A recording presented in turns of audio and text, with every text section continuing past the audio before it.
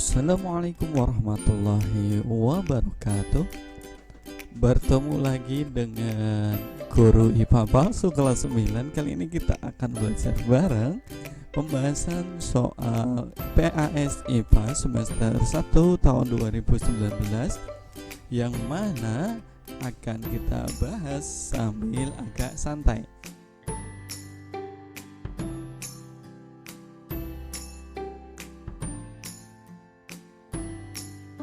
Oke, mohon maaf ya, tapi walaupun kita agak santai, ini tambah minta maaf lagi karena saya recordnya di halaman rumahnya sedang ada perbaikan begitu, jadi agak cukup berisik, jadi harap maklum. Langsung saja kita ke soal nomor 1. Nah, di soal-soal PAS yang tahun 2019-2020 ini ternyata beberapa soalnya ada kemiripan atau tahap-tahapannya, penjelasannya sebenarnya sudah kita berikan di pembahasan PTS kelas 9 di video sebelumnya, coba dicari. Nah, kita nanti tidak sedetail yang dulu ya, biar tidak selama waktu dulu. Oke, kita langsung di nomor 1. Kita pilih pulpen seperti biasa. Kita pilih tinta nomor 1 biar semangat, hijau. Ingat, ini adalah mitosis, pembelahan mitosis. Berarti ada beberapa tahapan dan waktu itu sudah kita bahaskan beberapa kata kuncinya.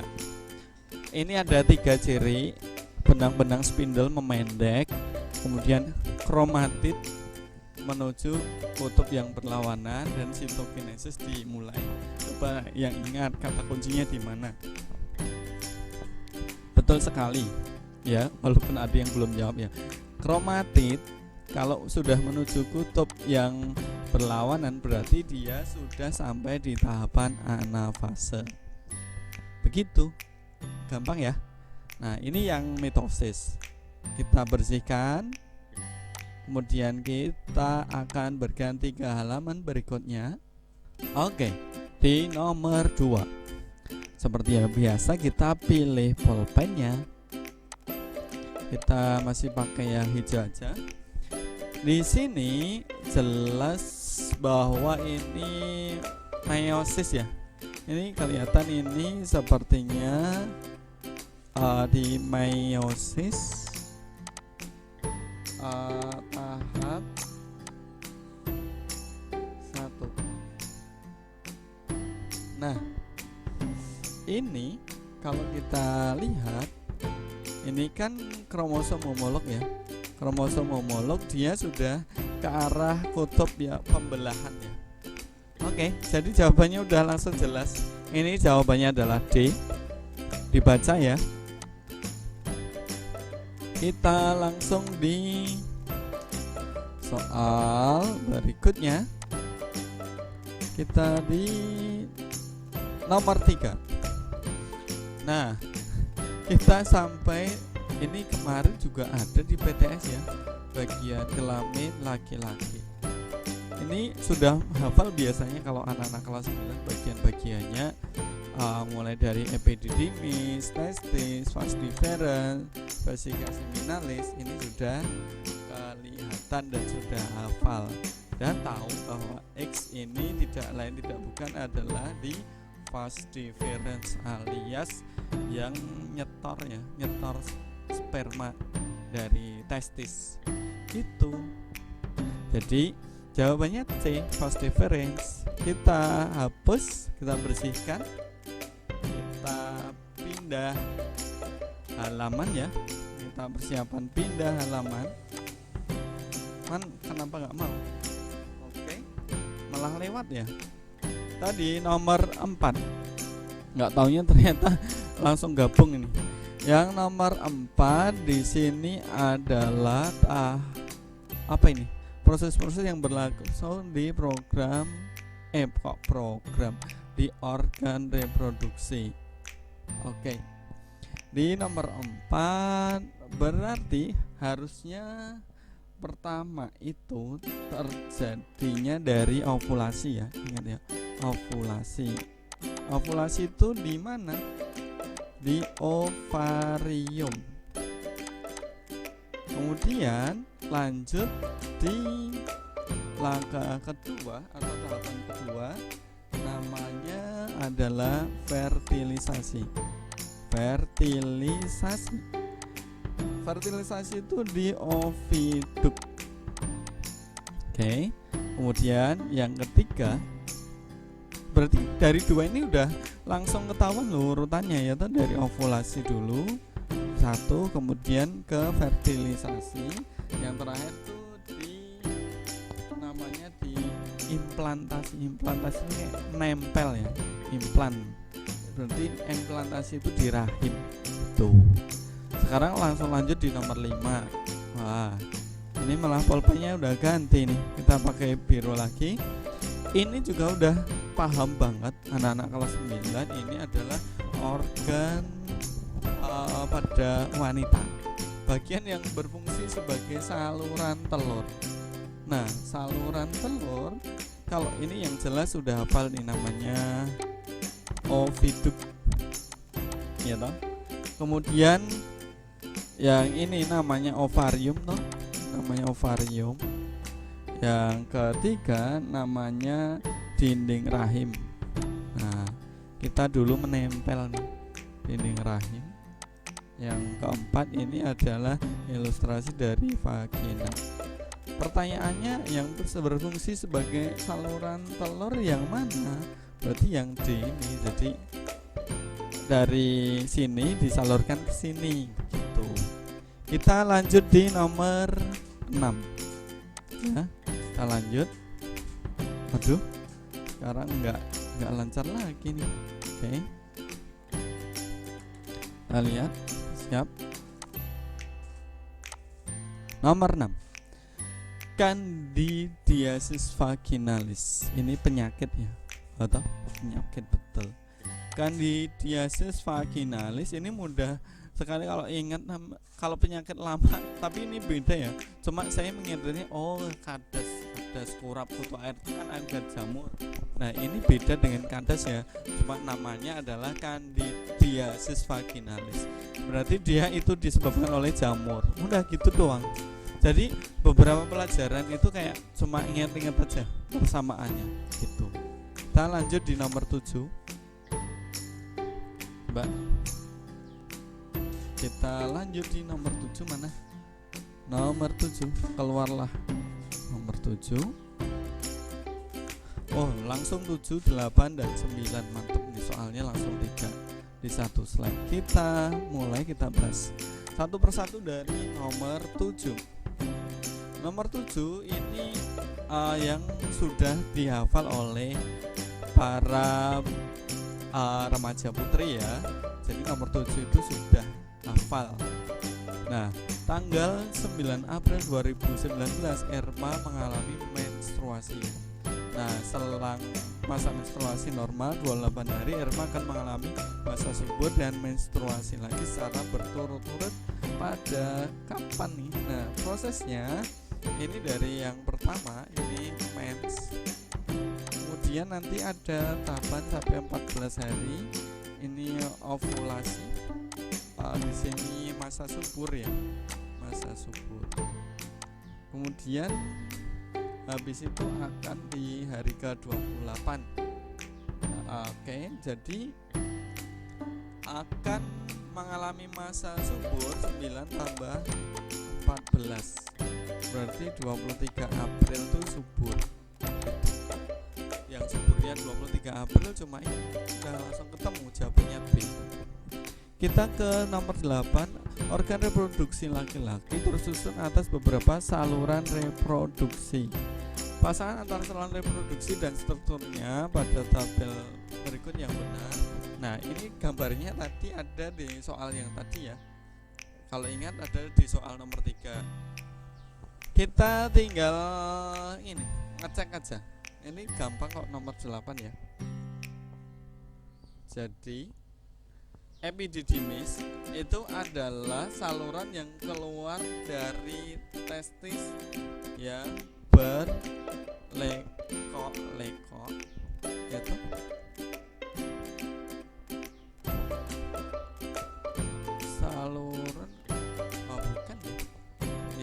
berarti kurang betul ya.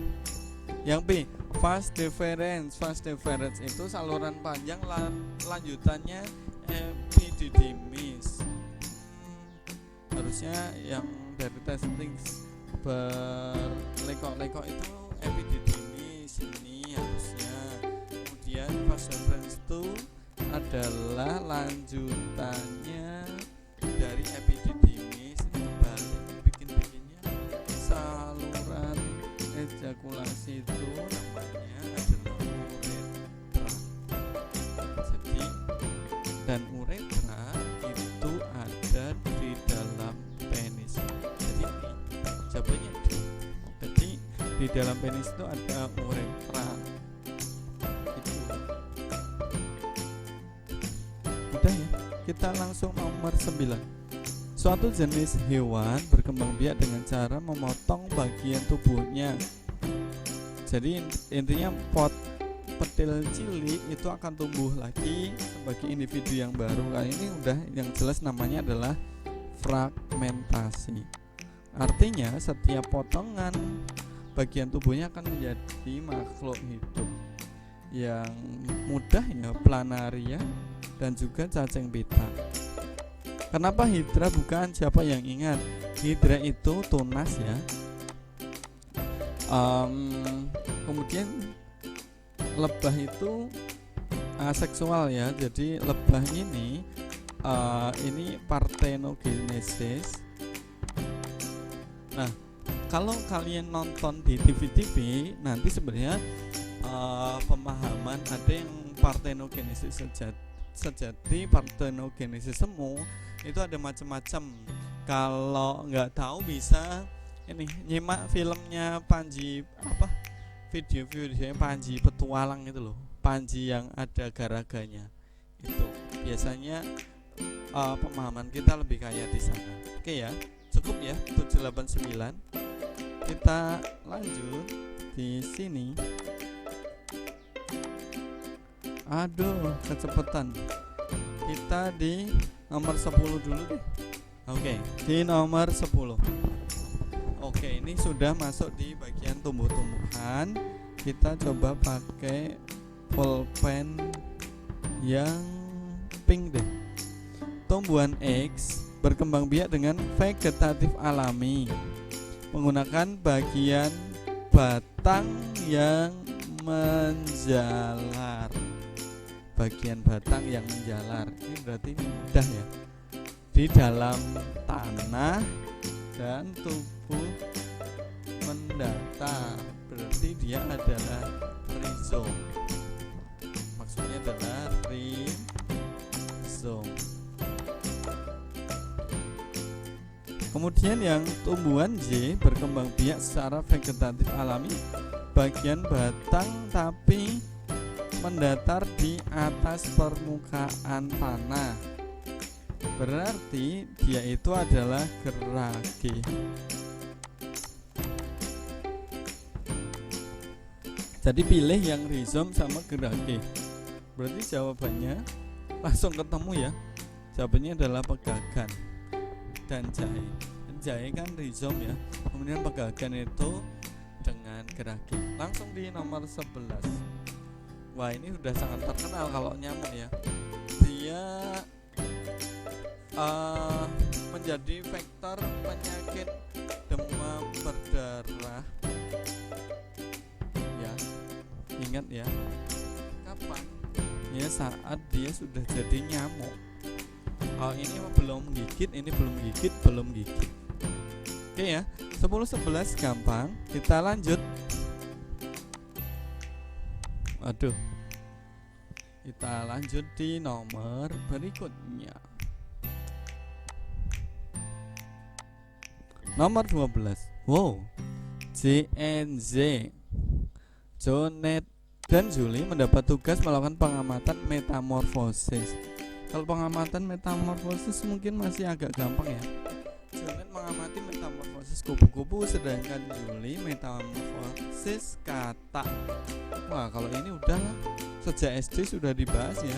Dia adalah metamorfosis sempurna. Lanjut aja di nomor 13. Kita coba gelandang. Nomor 13 ini udah gampang, ini kayak lalu ada juga di PTS ya. Ini adalah telur. Posisi embrio selalu berada di atas kuning telur. Ya. Nah, nomor 1 ini jelas cangkang ya. Cangkang atau kulit endok.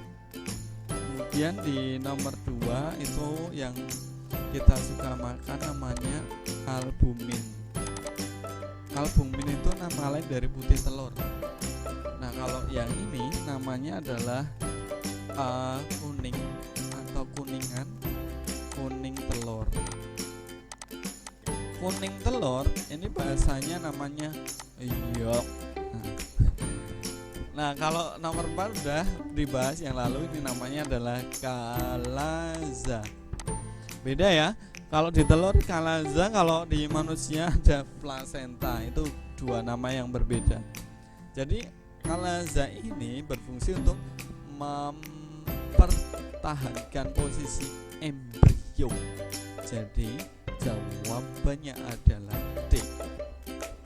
Langsung di nomor 14, ini vegetatif alami. Ini apa ya? Yang P ya. Ini kesini tukul ya, berarti ini kesini tumbuh lagi, ini kesini tumbuh lagi, berarti dia geraki. Kalau yang ini dia apa ini nggak jelas ya. Oh alah, ini berambang. Bawang berarti umbi lapis. Jadi yang P itu adalah geragi, yang Q adalah umbi lapis. Nah, gitu aja, gampang. Kita lanjut di nomor, coba ya, semoga nggak belandang. Kita coba 15. Bagian-bagian bunga ini pelajaran favorit waktu SD. Kita akan bahas ini. Wow, yang jelas yang bagian-bagian bunga, barangkali karena kebanyakan belajar dari rumah lupa nama-namanya, namanya mahkota ya kan? Kemudian ini karena nggak terlalu jelas, ini sebenarnya yang di sini, jadi ini namanya kepala sari. Kalau yang ini namanya kepala putih. Yang ini V-nya ini adalah namanya menunjuk ke sini ya. V-nya ke sini, ke yang ini, trungkel di sini nih loh. Nah, V ini adalah namanya bakal buah. Yang sempat baca nama latinnya mungkin ovari gitu ya. Jadi kita di V ini prosesnya namanya megasporogenesis gitu. Jadi di bakal buah ini akan mengalami proses megasporogenesis. Karena fungsinya kalau mahkota itu menarik perhatian hewan, kemudian kepala sari itu penghasil sel gamet jantan, kepala putih itu fungsinya untuk ini ya, penyerbukan atau fertilisasi. Jadi yang bakal buah atau ovari ini sebagai megasporogenesis. Begitu. Siap lanjut ya. Oke, kita berlanjut di nomor 16. Ini apa? Coba yang tahu gambar apa ini? Kan di sini hitam putih ya, jadi mungkin agak kurang familiar. Kita pilih pulpen dulu aja. Kita tandai pakai warna pink. Yang nggak tahu maksudnya, ini adalah ubur-ubur ya. Ubur-ubur. Baca ubur-ubur. Jadi gambar ubur-ubur yang ada di laut. Nah, proses tahapannya seperti ini dari nomor 1 2, 3, 4, 5, 6. Ya, kalau dilanjutkan kayak gitu. Yang bagian besar ini adalah ubur-ubur, istilahnya Mungkin kalau ubur-ubur jarang ya dibahas ya gitu.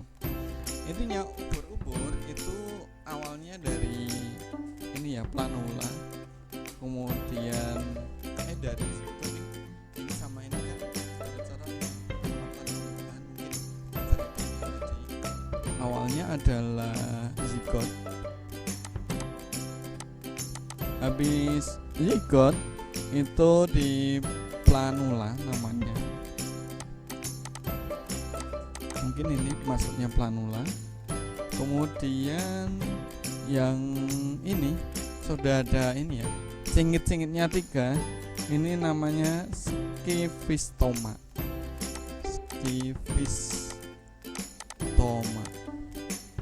Nah, skifistoma ini akan terus membesar.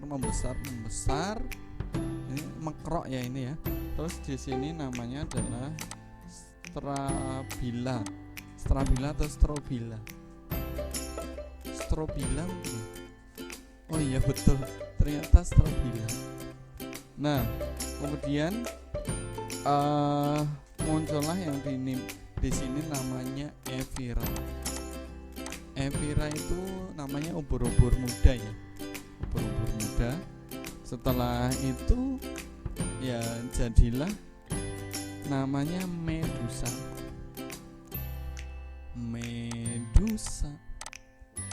Jadi kalau dari sini, wah ini langsung ketemu ya. Pertamanya namanya skifistoma, kemudian strobila, kemudian evira atau ubur-ubur muda gitu. Kita di nomor 17. Kalau tahu sebenarnya kromosom manusia ada berapa toh? Kromosom manusia ini sudah harus dihafal di luar kepala ya, anak-anak kelas 9. Kromosom manusia ada 46, atau kalau ditulis berpasangan itu 23 pasang. Jadi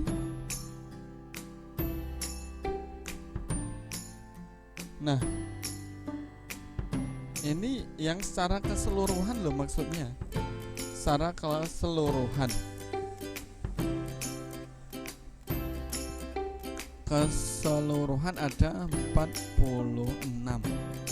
Tapi kalau yang di tubuh, kromosom tubuh itu ada 44 atau 22 pasang. Coba mungkin ada yang bingung, ya tubuh kan seluruhnya gitu.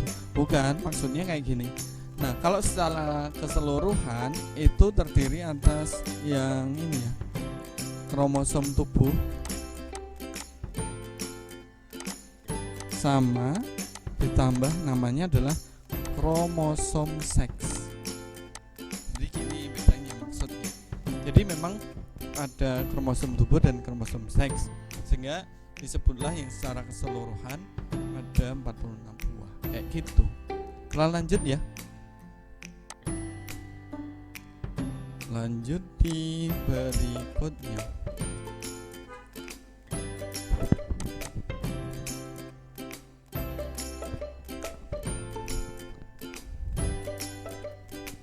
Oke, kita di nomor 18. Kita pilih pulpen.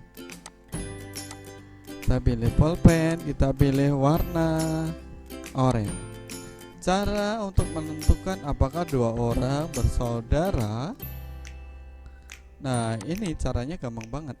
Tinggal dibandingkan gen mereka. Seperti semacam kalau di TV-TV ada tes DNA.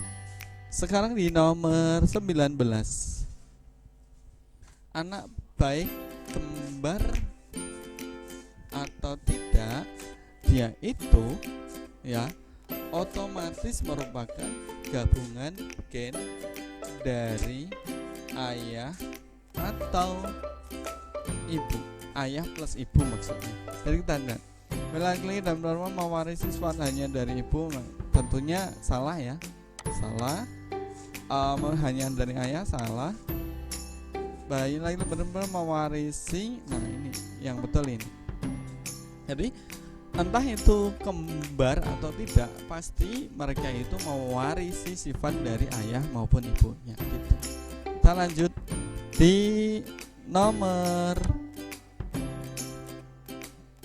berikutnya, nomor 20. Nah, ini ada soal yang mirip dengan PTS lalu ya. Jadi kita akan analisis dulu dari gametnya F1 sama F2 nya.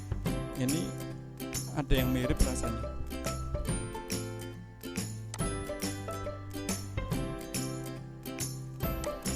Oke ya, saya pakai pulpen warna biru agak tua. Jadi kita analisis dulu. B1 ya. Berarti BB ya toh, biji bulat. Nah, kita pakai yang biji kisutnya adalah BB. Dari sini kita punya gametnya, kita yang dari sini gametnya adalah B, kemudian yang di sini adalah B, kemudian F1-nya otomatis kita dapatin keturunannya adalah BB. Nah, sekarang bagaimana F1 disilangkan dengan F1? Dari sini kita dapat di P2-nya dapat apa ini? BB dengan BB. Maka dari sini gametnya ada 4 ya. Kalau di kanan 2, di kiri 2. Berarti ini B sama B, ya ini B sama B juga. Kita dilanjut di sini ya tulisannya ya. Oke. Sehingga F2-nya ini kayak yang ibaratnya itu loh, kuadrat bilangan. Jadi kita otomatis BB sama 2B besar B kecil sama B kecil B kecil. Otomatis ini 1 ya. Ibarat kata kalau BB itu artinya 1 BB tuh, ini otomatis 2, yang ini otomatis 1 juga. Enggak ada koefisien artinya 1. Nah, kalau ada yang B besar, dia otomatis akan menjadi apa? Otomatis dia akan berbiji bulat. Ini ada B besarnya, otomatis juga bulat. Ini enggak ada, berarti otomatis dia akan termasuk golongan yang kisut. Dari sini kita tahu kisutnya ada 1 dari totalnya 4, ya kan? Kalau kali 100 tanaman, berarti kita dapat 25 butir. Tuh. Mudah ya? Boleh di screenshot. Kita lanjut di nomor berikutnya. Oke, semakin sore. Nomor 21. Oke, kita pilih pulpen. Ini sudah ada yang langsung bisa menebak ya. Untuk spesies baru yang unggul, kita perlu ini.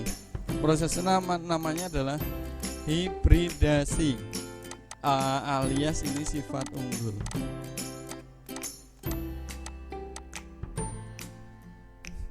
Ini bukan ya kayak usaha manusia menghasilkan spesies baru kok. Oke, siap. Lanjut di nomor berikutnya. Nomor berikutnya. Oke. 22. Wow. Ini kita akan analisa kucing berambut hitam. Kebetulan saya punya kucing ya. Kucing banyak, jadi kucing saya itu kalau beranak, anaknya bulunya bisa bermacam-macam dalam sekali keturunan gitu. Yang angkatan pertama itu yang bulu lebatnya 1, yang abu-abu kayak American apa rail coat atau apa itu, saya lupa namanya, itu ada 1, yang 2 agak Jawa gitu, yang angkatan 2 yang beda-beda lagi. Nah, yang ketiga itu banyak yang bulu panjang, pada induknya bulu panjang. Nah, ini kita analisis belajar dari konteks masalah ini ya. Persilangan antara kucing berambut hitam tebal dengan kucing berambut putih tipis. Hitam gametnya H, tebal T, putih H kecil, tipis T kecil. Ini kalau kita lihat berarti AHTT AT, berarti F1 nya tetap yang di dominan besar, ada H besar, ada T besar, otomatis hitam tebal. Kemudian di P2 nya kita punya gametnya HT, HT, Ini H sama T jadi HT, ya kan? H sama T kecil jadi ini, H sama T besar jadi ini, H sama T kecil jadi ini. Nah kemudian ini disilangkan sehingga punya bentuk seperti ini, HT 1, HT 2 gitu. Ya, totalnya ada berapa ini? Ada 16 ya kan, 4 kali 4 totalnya ada 16. Dari sini kita mudah saja ya, berarti yang ada H besar sama T besar dia otomatis akan ini ya, hitam tebal gitu loh. Jadi kita sekarang disuruh analisa apa ini? Oh, F2 yang dapat disilangkan untuk menghasilkan kucing berambut tebal. Berarti putih tebal ya. Kita pilih yang kalau putih tebal, berarti dia harusnya adalah HHTT dan HHTT itu. Kemudian apa ini? Kalau ini kita silangkan ya, jadi nanti F2 nya kita akan dapat yang ini ya, yang mana nih? HHTT di nomor HHTT ini betul, HHTT ini juga betul. Ini udah langsung ketemu 11 dan 12. Kita lanjut di nomor 23. Nah, sabar ya, soalnya ada 40. Sekarang di nomor 23 kita pilih pulpen. Nanti kalau di download aja. Orang tua Fatimah bergolongan darah B heterozigot. Berarti genotipnya atau kita analisa di sini Fatimah dia golongan darah B heterozigot, berarti genotipnya adalah IBIO. Oke. Orang tuanya berarti B dan O. Orang tua adalah B dan O, sehingga ibaratnya kita tulis parentalnya adalah IB dan IO, sehingga dari sini kita punya gametnya adalah IB sama IO. Dari sini filialnya adalah IBIO, itu ya. Oke, kita lanjut. Nomor 24. Persilangan antara, wah ini persilangan terus nih. Jadi kalau analisisnya agak banyak ini, ya. Berarti dari sini kita tahu bahwa kalau unggul harusnya pulen dan pendek. Oke ya, kita pilih pulpen warna hijau. Apabila tanaman padi hasil persilangan tersebut disilangkan sesamanya, genotip bibit unggul. Nah, unggul berarti yang mana ini? Unggul yang ini berarti dia sifatnya kan kalau unggul harus homozigot ya. Sementara pulen itu di sini ditulis K. Kemudian pendek itu T. Kalau homozigot berarti yang ini, jawabannya yang D. Gitu. Lanjut di nomor 25.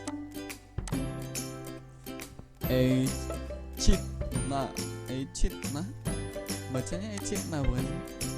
Merupakan hewan zat memiliki moncong memanjang dan selalu basah. Moncong echidna selalu dalam keadaan basah, ya, basah itu kesetrum ya, gampang kesetrum, jadi menghantarkan listrik. Sebenarnya echidna ini adalah hewan yang memiliki sinyal listrik untuk mendeteksi serangga. Jadi kenapa moncong basah? Ya, untuk mempermudah menghantarkan listrik. Sekarang di nomor 26, perhatikan ini A, B, ya. Arus listrik itu kan mengalir dari A ke B ya. Kemudian elektronnya salah ya, berarti salah, ini salah. Kemudian potensial A lebih rendah dari potensial B, salah. Potensial A lebih tinggi. Jadi jawabannya adalah 1 dan 4 gitu. Kemudian kita lanjut di nomor 20 berapa ini? Nomor 27. Kita lanjut. Di sini mohon maaf ya, mulai crowded ya. Oke, 27. 5 benda bermuatan listrik yaitu PQRST. Benda-benda P tarik menarik dengan benda G. Kemudian benda Q tolak menolak dengan R tolak menolak dengan S, dan benda S tarik menarik dengan benda T. Jika benda T bermuatan positif, maka muatan listrik benda PQR secara berurutan adalah, ini udah gampang banget ya. Kalau ini berarti P-nya adalah positif, berarti P-nya positif, kemudian Q-nya negatif, R-nya berarti negatif, S-nya juga negatif, berarti T-nya positif. Oke, berarti positif, negatif, negatif, negatif. Jadi jawabnya adalah A. Sekarang di nomor 28. Peristiwa pemindahan elektron dan perubahan muatan yang benar berdasarkan ilustrasi tersebut. Nah, ini mohon maaf ya, agak ramai ya. Ini gampang sekali, yaitu si penggaris dia akan menerima elektron ya. Berarti ini jawabannya adalah D gitu.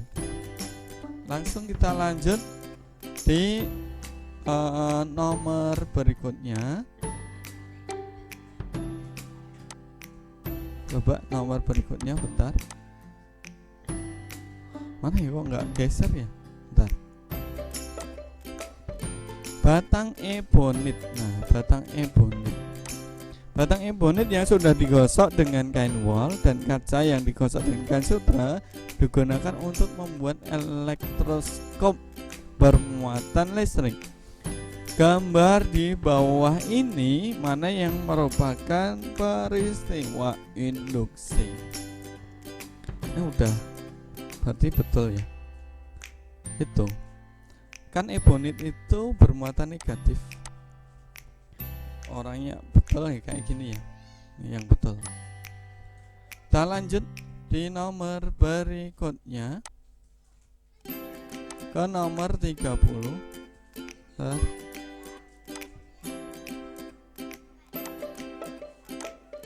Kita pindah dulu, semoga bisa. Oke, nomor 30. Kita di nomor 30. Besar gaya listrik tarik menarik antara dua muatan tersebut jika diganti dengan plus 2 Q serta negatif Q, jarak keduanya menjadi 2R. Nah, ini hitung-hitungan ya. Oke, kita gunakan pembanding F1 per F2, yaitu Q1 Q2 ya toh, per R kuadrat bagi K Q1 Q2 per R kuadrat. Itu ya rumus F nya K Q. Oke. Dari sini dengan adanya analisis yang ini tadi diubah menjadi 2Q dan min Q, kita punya perbandingannya berarti kayak gini. Kita pakai yang hijau ya sekarang ya. Berarti F1 per F2 sama dengan, ini kan awalnya sama ya, atau awalnya sama berarti Q kuadrat per R kuadrat. Ini kan otomatis tadi dicoret aja, K-nya sama. Kalau yang bawah F-nya diubah berarti dia akan menjadi 2Q kali min Q per 2R kuadrat. Dari sini kita punya min 2Q kuadrat. Ini ya mesti 2Q kali min Q kan min 2Q kuadrat, ini 2R kuadrat menjadi 4R kuadrat. Kan tak pindah ruas ke sini jadi kali F1, kemudian F2 nya ini tak pindah ke sana sehingga menjadi kuadrat per R kuadrat kali F2. Ini sama ya, jadi kita coret yang sama, seret ya. Jadi dari sini kita punya apa ini, setengah F1 sama dengan F2 gitu. Berarti F2 nya adalah setengahnya F1. Berarti jawabannya adalah ini. Oke. Mungkin yang nggak suka hitung-hitungan akan mengernyitkan dahi, silakan dibaca lagi. Kita lanjut di nomor berikutnya. Wah, masih muatan listrik lagi. Kayaknya tinggal hitung-hitungan doang ke belakang ya. X dan Y berturut-turut mempunyai nilai itu yang tersebut 3 kali 10 pangkat min 6 ya, min 6 dan 4 kali 10 pangkat min 6. Jika kedua muatan didekatkan, gaya kolomnya berarti F nya kan 120. Wow, jarak. Oke, rumusnya sudah hafal ya. Berarti F sama dengan K kali Q1 Q2 per R kuadrat. Oke, jadi boleh pakai kalkulator aja. Berarti dari sini 120 itu sama dengan 9 kali 10 pangkat 9, Q1 nya 3 kali 10 pangkat min 6, Q2 nya 4 kali 10 pangkat min 6 per R kuadrat. Wow, jadi kalau kita hitung sebenarnya R kuadrat adalah 9 kali 10 pangkat 9 kali 3 kali 10 pangkat min 6 kali 4 kali 10 pangkat min 6 per 120 nya tak tulis di sini, berarti 120 itu 12 kali 10 pangkat 1 ya. Sehingga ini bisa tak coret dulu. Seret ya.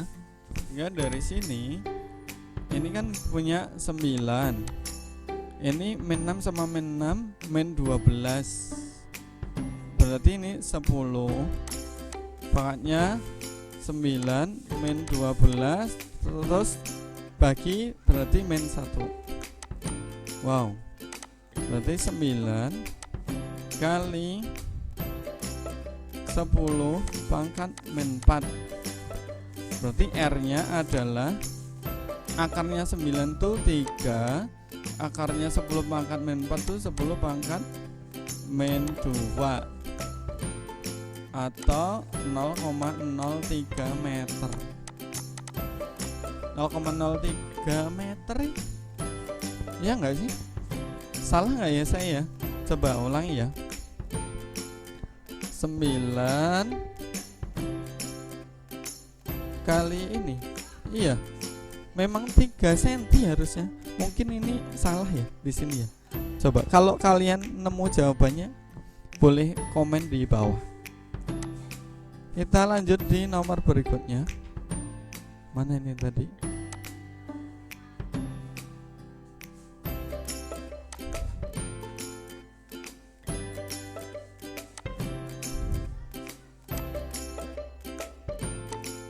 Mana ya? Kok nggak mau ya? Oke. Kita di nomor 32. Bismillah, kita lanjut lagi. 32, pemasangan penangkal petir. Kalau ini yang jelas untuk petir itu yang listrik statis ya, dia itu ya. Dia intinya banyak sekali elektron yang dialirkan, sehingga fungsi penangkal petir itu adalah supaya kelebihan elektronnya dari awan tuh ke tanah. Jawabannya ini D. Nah, di sini ini adalah hukum Kirchhoff, terkenal sejak saya dulu SMP ya. Ini kan pertama arus masuknya 3 ampere ya. Berarti ketika dicabangkan jadi 3, ini I2, I3, I4, dia harus totalnya juga 3 ampere ya. Jadi ini sudah ada 1, sudah ada setengah, berarti yang ini adalah 1,5 ampere gitu. Oke. Berarti I3 nya 1,5 ampere. Kemudian dari sini ini ngumpul lagi di sini ya. Berarti di sini menjadi 2 ampere. Nah, kemudian I6 nya menjadi 6. Astagfirullah, ini menjadi 3 ampere. Ini jawabannya 1,5, 2 dan 3 ampere. Itu jawabnya. Jadi intinya di hukum Kirchhoff itu sigma masuk sama dengan sigma keluar gitu. Kita lanjut di nomor berikutnya, di nomor 30 berapa? Nomor 34. Oke. Seutas kawat, kita lihat. Seutas kawat besi memiliki hambatan jenis ini, hambatan jenis suatu penghantar. Kita punya rumus R ya, hambatan jenis itu Rho L per A, dimana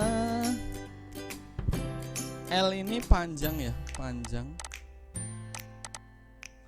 Kalau Rho itu hambat jenis namanya. Yang A itu luas penampang.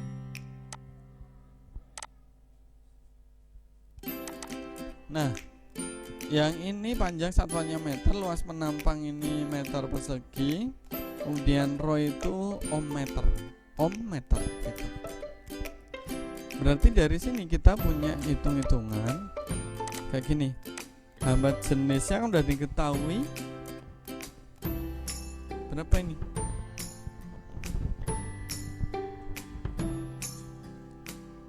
Hambatan kawatnya kan 4. Ini 4 kali 10 pangkat min 2 ohm sama dengan hambat jenisnya, bahan kawatnya adalah 9,7 kali 10 pangkat min 8 ohm meter. Panjangnya ditanyakan. Kemudian luas penampangnya udah diketahui, milimeter persegi. Berarti 10 pangkat milimeter persegi min 6. Ini ya, meter persegi. Oke. Jadi L nya ini cukup. Kalau L nya kita hitung berarti L adalah berapa? Maaf, kok salah ya. Bentar. L nya adalah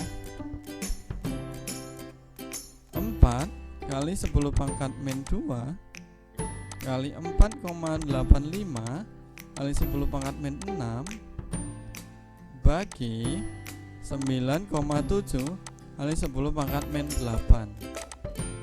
Dari sini yang sama-sama kita coret ya. Min 2 min 6 sama min 8, berarti ini bisa kita sederhanakan. Kemudian yang ini 4,85 kali 2 itu 9,7 ya. Jadi ini kita coret, ini ganti 2, 4 per 2. Hasilnya adalah 2 meter. 2 meter itu 200 cm. Oke. Hitungannya WOW. Kita lanjut di nomor berikutnya. Kok nggak mau ya? Kadang ini pulpennya nggak bekerja buat pindah halaman. Oke, kita lanjut di nomor 35. Ini kayaknya udah panjang banget videonya. Resistor pengganti. Wah, ini hitungan panjang banget. Paralel itu berarti nanti pakai pengganti ya, pakai 1/R gitu.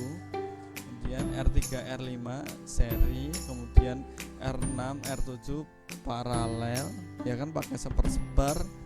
Kemudian yang ini R8 nya seri.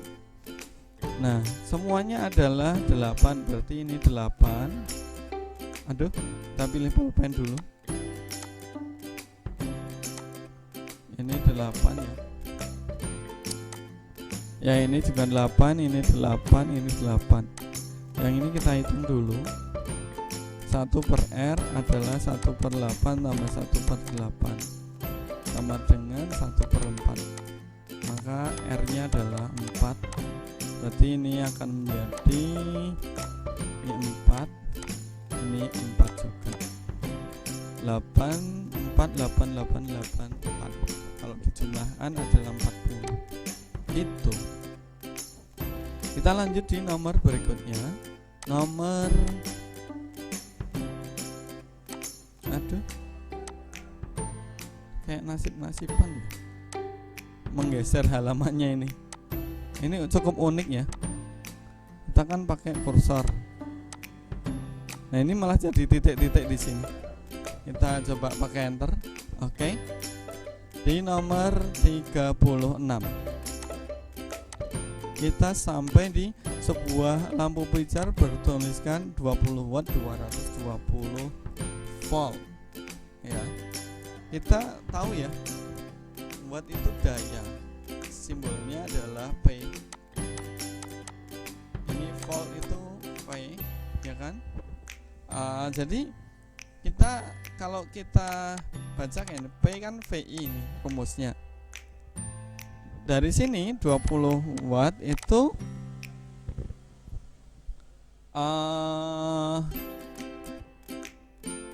gimana ini? P kan VI, iya kan? Tapi kayaknya nggak pakai rumus yang ini, kita pakainya ya. Bentar. Ini kaitannya dengan V dengan tegangan ya, sama daya. V kan I kali R ya. Oke, berarti kita bukan pakai rumus yang ini.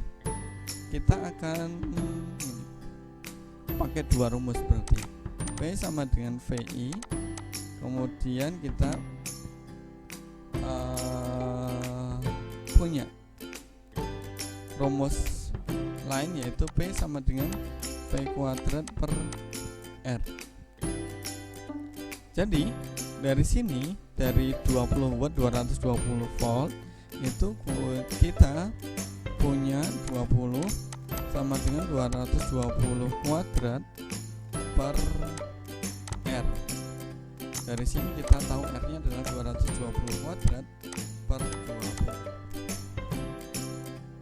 Hasilnya adalah 4840. Kemudian kalau dipindah di tegangannya ya, dipindah di tegangannya, berarti kan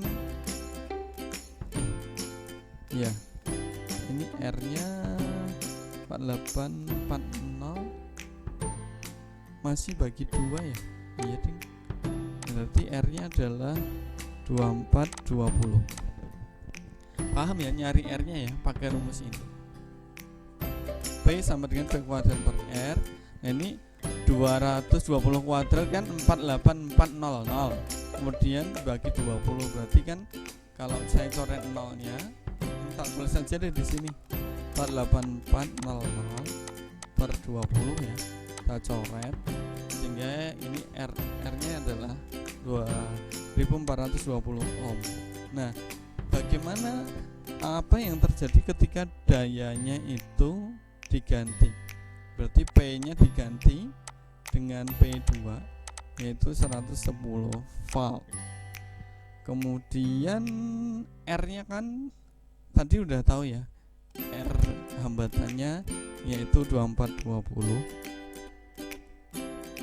Jadi dari sini kita bisa menghitung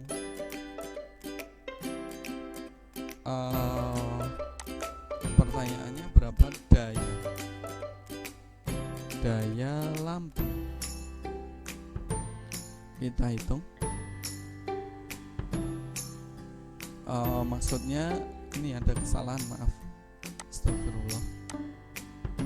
Ini V. Nah, berarti P sama dengan P kuadrat per R.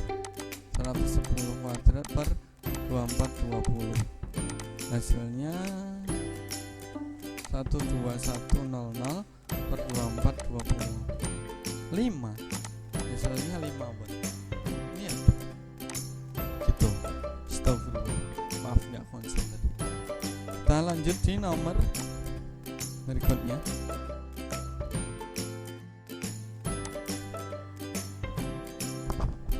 Oke, ini dia soalnya nomor 37. Kita langsung aja kita kerjakan. Videonya udah jadinya tetap lama ya. Oke, di 37 ini langsung kita tahu ya. Ini kita punya R pengganti. Berarti RP ya. Kalau kita hitung berarti 1 per R pengganti adalah 1 per 6 ditambah 1 per 12 sama dengan 2 per 12 ditambah 1 per 12 sama dengan berapa ini? 3 per 12. Kalau disederhanakan menjadi 1 per 4. Dari sini kita punya R pengganti adalah 4. Kalau kita hitung ini R1, R3, R1, R2, R3, R4, kemudian R1, R2 diwakili dengan R pengganti 4 ohm. Maka R total adalah 4 tambah 1 tambah 1, 6 ohm. Dari sini ini kan V-nya tahu 12, berarti V 12 volt. Maka dari sini I adalah 12 bagi 6, berarti 2 ampere. Berarti ingat ya, I adalah V per R. Totalnya ada 2 ampere. Jadi di sini 2 ampere. Di sini juga 2 ampere. Di sini juga 2 ampere. Itu. Iya kan di mana-mana mengalirnya kayak gitu ya. Ya gitu. Nah, ketika di percabangan kita pakai hukum kebalikan aja. Ini kita namakan I1, yang ini namakan I2 ya. Kalau di percabangan kita gunakan balikan aja. I1 berarti kita pakai R-nya ini 12, 6 sama 12 kan 18 kali 2 ampere, berarti 24 per 18, 1,3 ampere. Ini I1 nya. Kemudian I2 kalau cuma ada 2 nggak usah ngitung, tinggal kita kurangi aja. 2 ampere dikurangi 1,3 ampere, 0,7 ampere. Jadi jawabannya adalah A. Lihat ya, ini kayak praktisnya aja kayak gitu aja. Oke, kita lanjut di nomor berikutnya. Kita pilih dulu. Oke. Nomor kita pilih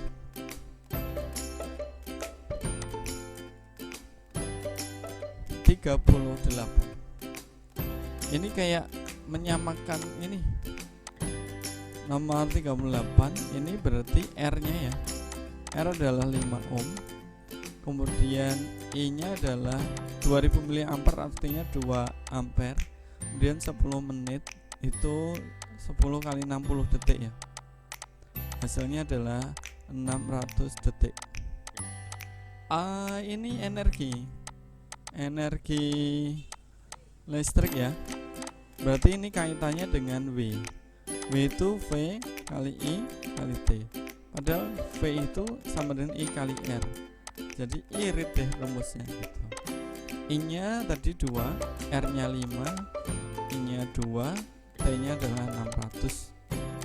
Kalau energi seperti ini ohm, ampere, detik, ini nanti jatuhnya di joule. Jadi ini 12.000 joule. Nah, 12.000 joule itu sama artinya 12 kilojoule gitu. Oke, lanjut nomor 39.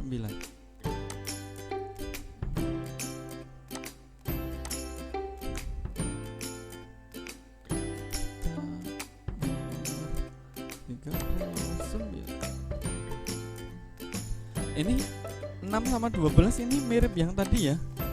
Hanya mirip yang tadi, ini berarti nanti R penggantinya tadi sudah dihitung ya, R penggantinya adalah 4. 4 kalau sama 2 berarti 6, berarti R totalnya adalah 4 ohm tambah 2 ohm sama dengan 6 ohm. Kemudian V nya adalah 12 volt, berarti I totalnya adalah 12 bagi 6, 2 ampere. Kemudian daya ini kita cari ini I1, I2 ya. Kemudian kita I1 tadi ingat gunakan ohm sebelahnya, berarti 12 per 18 kali 2 ampere, sama dengan 24 per 18 sama dengan 1,3 ampere. Ingat, kita ditanyakan adalah daya. Sekali lagi, yaitu yang ditanyakan adalah daya.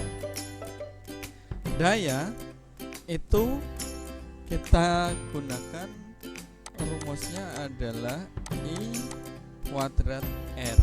Nah, ini boleh. I nya berarti I1 kuadrat kali R1, 1,33 kuadrat kali R nya 6. Hasilnya adalah 10,6667 watt gitu. Kalau nggak percaya hitung pakai kalkulator. Kita lanjut di nomor berikutnya.